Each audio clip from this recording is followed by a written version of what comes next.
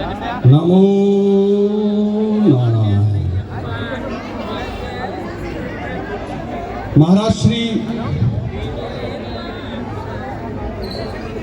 का परिचय मैं क्या दूं? आपके सामने महाराज जी हैं।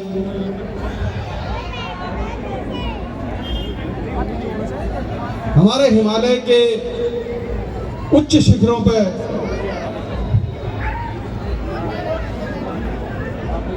रहकर पहाड़ एक शब्द है, वो पहाड़ जैसी जिंदगी को जीकर, पहाड़ कोई छोटा मोटा शब्द नहीं है। हम कहते हैं कि ये काम करना रे यार, ये तो बहुत बड़ा पहाड़ है। तो जो इंसान उस पहाड़ से निकला हो, वो योगी आपके सामने हैं, हिमालयी योगी के नाम से। आप खुद डॉक्टर बनना चाहते थे, लेकिन महाराज श्री ने सोचा कि मैं एक डॉक्टर बन के क्या करूंगा। आपके 10 विद्यालय उत्तराखंड में चलते हैं, जिनमें एक एक विद्यालय में 250 बच्चा आपके आशीर्वाद से निःशुल्क पढ़ रहा है। आपके आशीर्वचन से कई लोग एनडीए में सेलेक्ट हुए, कई लोग सीबीएसई, कई लोग बड़े बड़े उच्च पदाधिकारियों में आपके आशीर्वाद से उनको उन पर कृपा आपकी हुई, जिसकी वजह से वो लोग इस स्तर पर पहुंचे हैं। हिमाद्री फिल्म के प्रकाश मिश्रा जी, बहन नीलिमा मिश्रा जी ने आग्रह किया था कि महाराज श्री आप यहाँ पर आए, जो छोटा मोटा प्रोग्राम हम करते हैं आप भी जरा देखें। महाराज जी ने कहा यार ये तो कल्चरल प्रोग्राम है। महाराज जी पहाड़ी भी बहुत अच्छी बोलते हैं, कहते हैं नाचनी गानी प्रोग्राम से मैं क्या करूं। मैंने कहा आपकी एक झलक पाने को लोग वहां पर आए हैं। तो ऐसा व्यक्तित्व जिन्होंने, वो भी आप खुद ही आपको बताएंगे कि उन्होंने क्या क्या उपलब्धियां और क्या क्या उन्होंने किया है। मैं तो आपका शिष्य, आपका चरणों का दास हूँ। उनकी झोली मेरे को मिल जाती है उठाने के लिए, तो वही बहुत है हमारे लिए। तो आइए सभी लोग महाराज जी का अभिनंदन, चरण वंदन और दंडवत प्रणाम करते अपनी अपनी जगह से, वहीं से महाराज जी का वो करेंगे। और महाराज जी को सभी लोग कहेंगे ओम नमो नारायण। सभी लोग बोलेंगे 3 बार ओम नमो नारायण, ओम नमो नारायण। क्योंकि नारायण से बड़ा कोई नहीं है, और आप नारायण को ही पूछते हैं। तो मैं महाराज जी से कहूँगा कि आप अपने मुखारबिंदु से हमारे जितने भी ये पहाड़ी, जितने भी उत्तराखंडी लोग यहाँ पर प्रवासी लोग, यहाँ के वासी लोग हैं, उनको अपनी वाणी से इनको कृतार्थ करें और इनको अपना आशीर्वचन दें। और जिस उत्सव के लिए महाराज यहाँ आए हैं वो भी आपको बताएंगे। महाराज श्री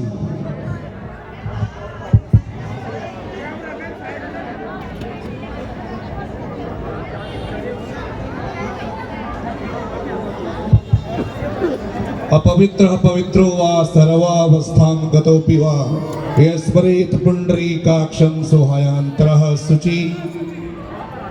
आज के इस सुंदर माहौल में भगवान इंद्र भी आपसे सबसे प्रसन्न हुए और जल की बूंदें फेंक करके आप सबको अंदर से और बाहर से पवित्र कर दिया। आप सब लोग साधुवाद के पात्र हैं।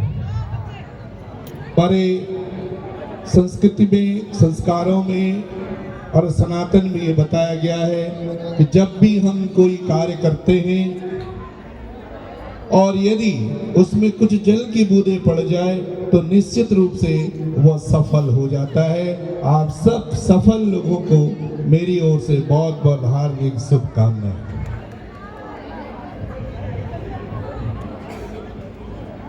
यहाँ से लेकर के वहाँ जहाँ लाइटें लग रही है, ऐसा लग रहा है ये लाइटें भी पहाड़ की ही जैसी लग रही है। और वहाँ तक कुछ नजरें भी ये महसूस कर रही कि शायद हिमालय टूट करके यहाँ आ चुका है। ऐसे सुंदर माहौल में अपने को आपके बीच पा करके मैं अपने को गौरवान्वित महसूस कर रहा हूँ। इसके लिए मैं यही कहना चाहता हूँ कि सबसे पहले मैं उन सभी माताओं को, बहनों को चरण वंदन करना चाहता हूँ जिन माताओं ने ऐसे सुंदर बच्चों को पैदा करके इस दिल्ली की राजधानी में ऐसे कर्तव्य करने का अवसर दिया। उन माताओं के लिए कहना चाहूंगा कि या देवी सर्वभूतेषु मातृरूपेण संसदा नमस्तस्यै नमस्तस्यै नमस्तस्यै नमो नमः। पहाड़ की माताएं कठिन परिस्थितियों में काम करके अपने बच्चों को, आज चाहे यूके हो, चाहे स्विट्जरलैंड हो, चाहे किसी भी कंट्री में, आज पहाड़ का बंदा, अपने को हम गर्वित महसूस करते हैं कि पौड़ी हमारा एक बहुत छोटा सा डिस्ट्रिक्ट है जहाँ के 6 बड़े बड़े अधिकारी, चाहे वो धस्माना जी हो, चाहे भट्ट जी हो, चाहे बिपिन रावत जी हो, आज हमारे बीच में नहीं है, इस देश को लीडिंग करते हैं। तो ये सब इन लीडरों को भी मैं प्रणाम करता हूँ जो इस ऐसे शहर में इतना सुंदर, मैं लगभग आज आप लोगों की आवाज से परम श्रद्धेय हमारे पंडित जी मिश्रा जी, उनकी अर्धांगिनी और सभी भगनियों के आवाहन पर मैं प्रयागराज से आप लोगों के बीच में पहुंचा हुआ हूं। मैं प्रयागराज से 2 उद्देश्य से आया हूं। एक तो अपने पहाड़ का लगाव और दूसरा विश्व का सबसे बड़ा लगने वाला महाकुंभ इस बार प्रयागराज में लग रहा है और हम पहाड़ियों को भी ऐसा, आप लोगों के आवाज से ऐसा अवसर मिला कि 2025 में प्रयागराज में होने वाला जो कुंभ है उसको भी एक उत्तर प्रदेश के योगी आदित्यनाथ जी और एक हिमालय के योगी मिलकर के उसको संपन्न करने जा रहे हैं। तो मैं आप सबको उसका आमंत्रण देने के लिए आया हूँ। आप हमारा आमंत्रण स्वीकार करेंगे? 13 जनवरी,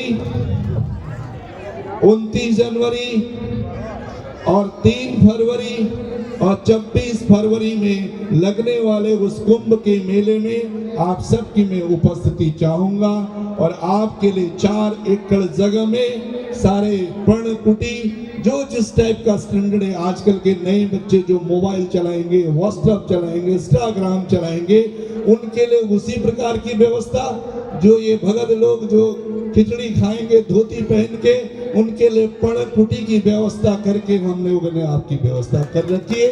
आप सभी लोग आए। दूसरा जो हमारा कल्चर है, जिसको हम संस्कृति कहते हैं, आज शायद बहुत सारे हमारे उत्तराखंड के लोगों ने पूरे भारत में पहाड़ का जो कल्चर है वो जो दिया है, उस कल्चर के लिए भी मैंने 60 बाय 60 का मंच बनाया है। आप जितने भी कलाकार हैं जो जितना थिरकना चाहते हैं, लगभग विश्व के 60 करोड़ लोग आएंगे, उनमें हमारे पहाड़ की संस्कृति, हमारे परिधान वो लेकर के जाएंगे। ऐसी मैं व्यवस्था करके आया।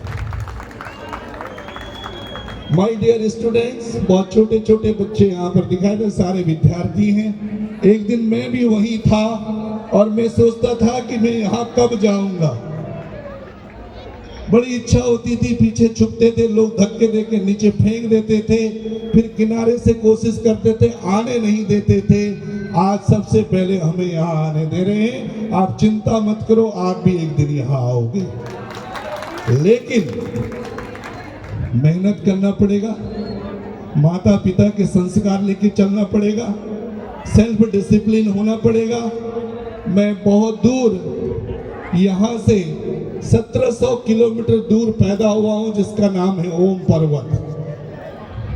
ओम पर्वत में भी मैंने आप लोगों के लिए एक आश्रम बना रखा है, क्योंकि आप ओम पर्वत आदि कैलाश देखने के लिए आओगे तो वहाँ 25 कमरे का आपके लिए मैंने आश्रम है, किसी को कोई पैसा नहीं लगेगा।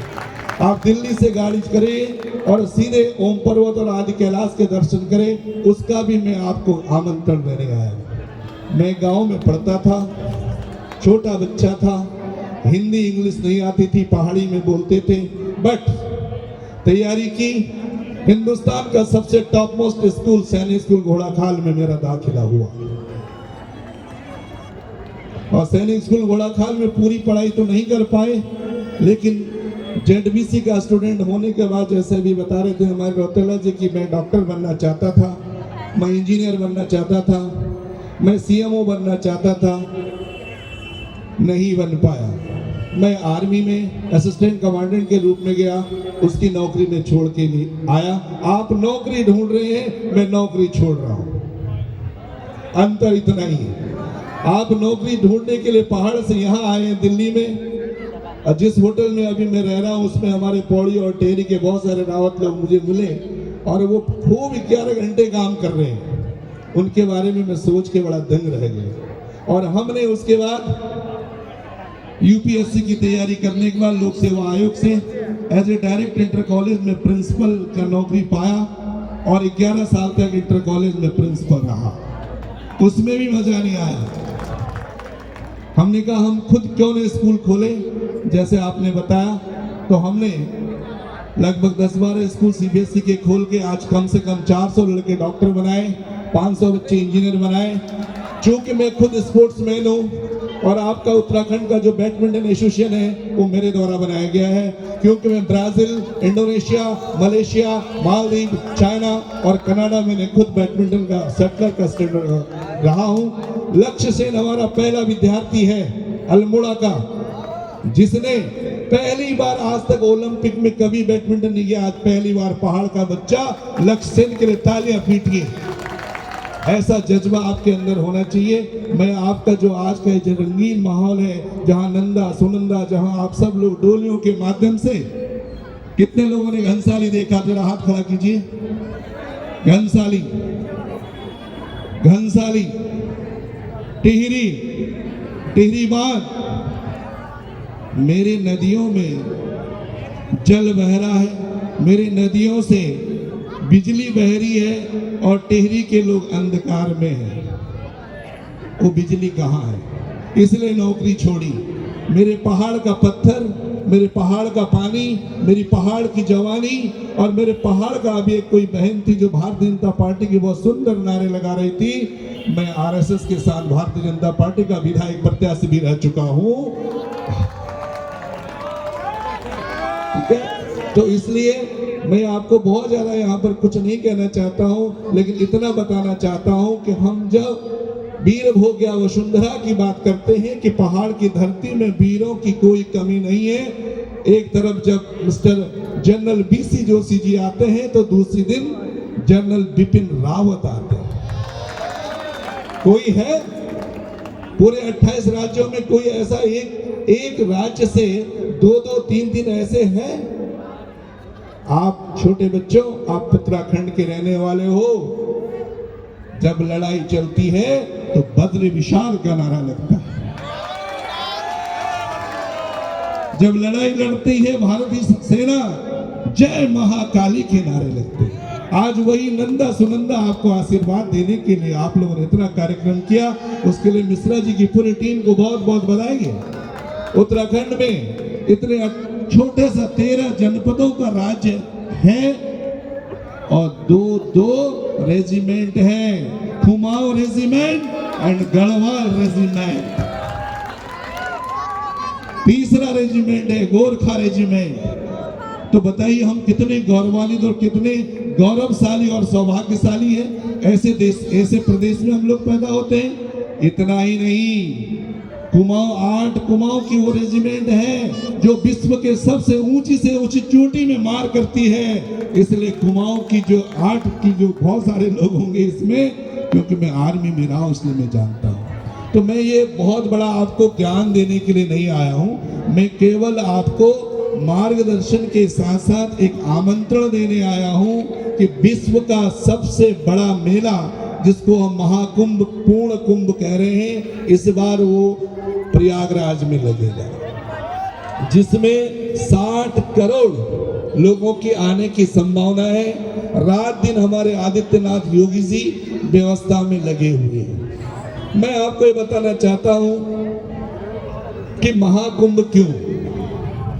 जब चंद्रमा, बृहस्पति और सूर्य का जब संयोग होता है, जब योग होता है, तब महाकुंभ पूर्ण होता है। मंथन के बाद जो अमृत की बूंदें गिर गई थी, और वो स्थान है प्रयागराज।